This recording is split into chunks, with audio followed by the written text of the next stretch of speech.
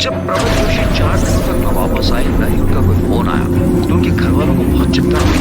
प्रबल के परिवार में 3 लोग थे, उनकी पत्नी प्रमिला, बेटा उज्जवल और बेटी नंदिनी।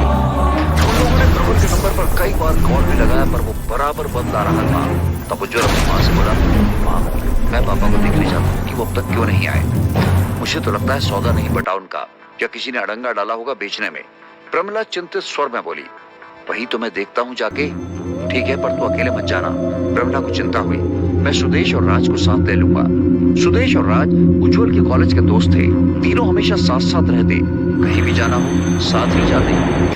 दूसरे ही दिन उज्जवल गांव जाने के लिए तैयार हो गया। क्योंकि उनके पास एक ही गाड़ी थी और उसको प्रबल लेकर गए थे, वो तो तीनों सुदेश की कार से जा रहे थे। तीनों को रात में लॉन्ग ड्राइव करना बेहद पसंद था, इसलिए उन्होंने रात में जाने का प्लान बनाया। इससे एक फायदा यह भी था कि उन्हें गांव पहुंचते पहुंचते सुबह हो जाती और रास्ता ढूंढने में दिक्कत न होती। रात के 2 बजे वो लोग निकल गए और सुबह के 10 बजे वो गांव की ओर जाने वाली सड़क पर आ गए थे। गांव की ओर जाने वाले रास्ते में वो लोग सीधे चले जा रहे थे। अभी तक उन्हें न तो एक भी वाहन मिला न ही कोई इंसान। उन्हें सोचा छोटा सा गाँव है, लोग शायद कम ही आते जाते होंगे। थोड़ी दूर आगे चलकर उन्हें दाहिनी तरफ एक मील का पत्थर लगा मिला जिस पर लिखा था राजगढ़ 1 किलोमीटर। वो उसी तरफ मुड़ गए। थोड़ी दूर चलते ही वो उसी पीपल के पेड़ के नीचे आ गए जहां पर प्रबल की गाड़ी बंद हुई थी। पर इनके साथ ऐसा कुछ नहीं हुआ। इन लोगों ने खुद ही गाड़ी रोकी और बाहर निकले। ये रास्ता थोड़ा गहरा सा था और उसके दाईं तरफ थोड़ा सा ऊपर होके पीपल का पेड़ बहुत ही विशाल था। उसकी शाखाएं उस रास्ते को चारों तरफ से ढक रखी थी। उसे देख ऐसा लगता था मानो बहुत बड़ा शैतानी प्रेत बैठा कोई साजिश रच रहा हो। रास्ते के सामने गांव का बड़ा प्रवेश द्वार था जिससे पता चलता था कि गांव का अतीत कभी भव्य रहा होगा। दूर से ही किले के कंगूरे दिखाई पड़ रहे थे, पर हैरानी इस बात की कि गांव पूरा खाली दिख रहा था। कहीं कोई आदमी का नामो निशान नहीं। यार उज्जवल, ये गांव तो उजड़ा पड़ा है, कोई आदमी ही नहीं दिखता। सुदेश बोला, हाँ यार बाहर से तो खाली दिख रहा है, चलो अंदर चलें, शायद अंदर दूसरी तरफ कोई बस्ती हो। कहकर उज्जवल ड्राइविंग सीट पर बैठ गया। वो दोनों भी बैठ गए और गाड़ी आगे बढ़ चली। गाड़ी मुख्य रास्ते से आगे बढ़ रही थी। गाड़ी उस बड़े दरवाजे को पार कर अब गांव के अंदर चली जा रही थी। पूरा गांव खाली नजर आ रहा था। कहीं इंसान तो दूर, जानवर का बच्चा तक नजर नहीं आ रहा था। तीनों हैरान मुंह सिले बैठे थे। आगे चल के दाईं और गाड़ी मोड़ी। इसके चारों तरफ घर बने हुए थे, पर खाली कहीं कोई इंसान नहीं ऐसा लगता, जैसे यहाँ कभी कोई रहता ही नहीं था। यार यहाँ तो कोई भी नहीं है, मुझे तो कुछ गड़बड़ लग रही है। राज बोला, हाँ यार समझ नहीं आ रहा, जब यहाँ कोई नहीं है तो पापा किसके पास रुके होंगे। उज्जवल की आवाज में चिंता झलक रही थी। चल थोड़ा और आगे देख, शायद कोई मिल जाए, तू चिंता मत कर। सुदेश ने उज्जवल के कंधे पर हाथ रखा। इस रास्ते में लगभग 5 मिनट चलने के बाद तिराहा जहाँ से 2 तरफ को रास्ते जा रहे थे। एक दाईं तरफ किले की ओर जाता था और एक बाईं तरफ जा रहा था, पर ये तीनों किले वाले रास्ते की ओर मुड़ गए। जैसे ही ये किले के पास आए, उज्जवल ने एक झटके से ब्रेक मारा, क्योंकि उसके सामने उसके पापा की गाड़ी खड़ी थी। गाड़ी खड़ी कर वो तीनों झटके से बाहर आए और उस गाड़ी को देखने लगे। इसका मतलब अंकल किले पर गए। सुदेश बोला, हाँ लग तो यही रहा है। उज्जवल बोला, गाड़ी का दरवाजा खोलना चाहा पर वो खुला नहीं, वो लॉक था। चल गाड़ी को छोड़ ऊपर चल के पापा को देखते हैं। उज्जवल आगे बढ़ते हुए बोला और तीनों रास्ता देखते हुए आगे बढ़ने लगे।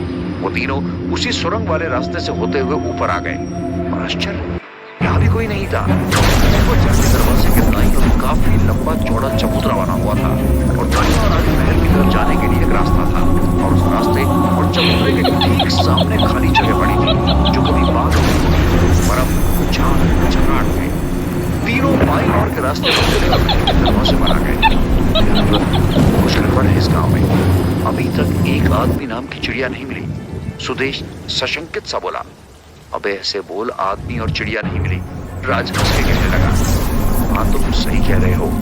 कहकर उज्जवल उदास हो गया। अरे तू चिंता मत कर यार, कल मिल जाएंगे, वो भी तो महल है। राज ने उन्हें दिलासा दी। तीनों उस महल के अंदर चल पड़े और चलते हुए ही 2 दरवाजों के सामने आ गए। पर ये तीनों राजा रानी के निजी महल वाले दरवाजे में घुसे और आगे बढ़ चले। उस दरवाजे के भीतर होते ही पहले एक खुला हवादार साहवान था। उसको पार करके दाईं तरफ एक कक्ष था जिसके दरवाजे बंद थे और बाईं तरफ एक लंबा गलियारा चला गया था जिसमें खंबे ही खंबे थे। ये हर जगह घूम घूम कर देखने लगे पर कहीं कोई नजर नहीं आया। तभी उज्जवल ने उस कक्ष के दरवाजे को खोलने का प्रयास किया पर वो नहीं खुला।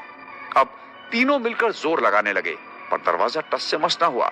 आखिर में थक हार कर कोशिश बंद कर दी। अभी तीनों खड़े ही थे कि उन्हें लगा पीछे से कोई गुजर गया, पर पलट कर देखा तो कोई नहीं था। तीनों ने एक दूसरे को देखा, किसी के मुंह से कुछ बोल न फूटा और बुत बने खड़े रहे। आखिरकार उज्जवल ने चुप्पी तोड़ी। मुझे ऐसा लगा कि यहां कोई था। तुम दोनों को लगा ऐसा? हाँ यार, मुझे भी लगा, सुदेश बोला। हाँ, मैंने भी देखा पर साफ नहीं, राज डरता हुआ बोला। यार, बाहर एक और दरवाजा था, चलो हम उस तरफ चल के देखते हैं, सुदेश बोला। चलो, दोनों चलते हुए बोले।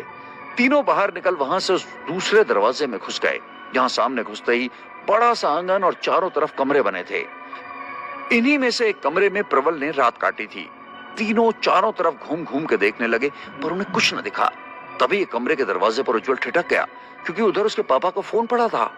फोन उठा, वो चिल्लाया, इधर आओ दोनों, पापा का फोन यहाँ पड़ा है। दोनों दौड़ते हुए आए और देखा कि सच में प्रबल का फोन उज्जवल के हाथ में था। फिर अंकल का फोन यहाँ है तो इसका मतलब जरूर वो यहाँ आए थे, राज बोला। पर अंकल आखिर गए कहाँ? सुदेश और राज दोनों हैरान परेशान से बोले। उनकी कुछ समझ में नहीं आ रहा था, और तभी उज्जवल उस कमरे में घुस गया जिसके बाहर उसे फोन पड़ा मिला था। और अंदर जो उसने देखा, उसको दिल दहल गया। अंदर ऐसा लग रहा था जैसे खून की होली खेली गई हो। चारों तरफ खून के धब्बे और इंसानी शरीर की बची खुची हड्डियां। वहीं पास ही वो कपड़े भी पड़े थे जो प्रबल ने घर से चलते टाइम पहने थे। ये देख उज्जवल को समझते देर न लगी कि ये हड्डी के टुकड़े किसके हैं, और वो वहीं गिर के फूट फूट कर रोने लगा। सुदेश और राज की आंखें भी भीग गई और वो दोनों उसे तसल्ली देने लगे। उज्जवल, उज्जवल